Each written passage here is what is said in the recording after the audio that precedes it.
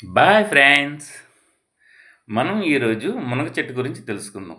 మునగ చెట్టుకి ఎటువంటి ఎరువులు లేకుండానే చక్కగా పొలాల దగ్గరైతేనేమి, పాక దగ్గరైతేనేమి, ఇంటి దగ్గరైతేనేమి చక్కగా ఇది పెరుగుతది.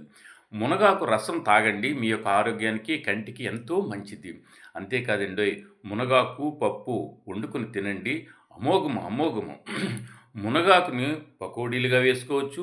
మునగాకుని గారెలుగా వేసుకోవచ్చు. మునగాకును పలు విధాలుగా మీరు వాడుకోవచ్చు. మునక్కాడలతో మీకు పనే లేదు. మునక్కాడ కాసిందనుకోండి అవి కూడా తినండి చక్కగా.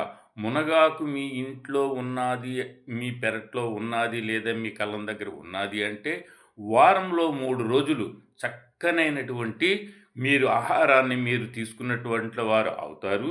మీ యొక్క ఆరోగ్యం బ్రహ్మాండంగా మెరుగవుతది. మునగాకుతో పకోడీ చేసి పెట్టండి మీ అతిథులకు. చాలా సంతోషిస్తారు. ఈసారి ట్రై చేయండి. మునగాకుని విరివిగా వాడండి. మునక్కాడలు విరివిగా వాడండి. మునగా చెట్టుకి ఎటువంటి ఎరువు గాని, మెన్యూస్ గాని ఎటువంటివి అక్కర్లేదు. చాలా చక్కనైనటువంటి చెట్టు. మీరు దానికి నరికి పారేసినా సరే ఇది కీచక జన్మ. దీనిది ఏం జన్మ? కీచక జన్మ. కీచకుడిని చంపితే మరలా బ్రతుకుతాడు. రావణ బ్రహ్మ.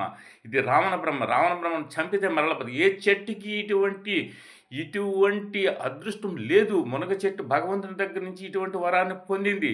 మీరు కాబట్టి నరికి పారేసిన మరలా ఎటువంటి ఎరువులు, ఎటువంటి నీరు, ఎటువంటి ఏదీ లేకపోయినా సరే ఇది బ్రతికి మీ యొక్క జీవనాన్ని పెంచుతది.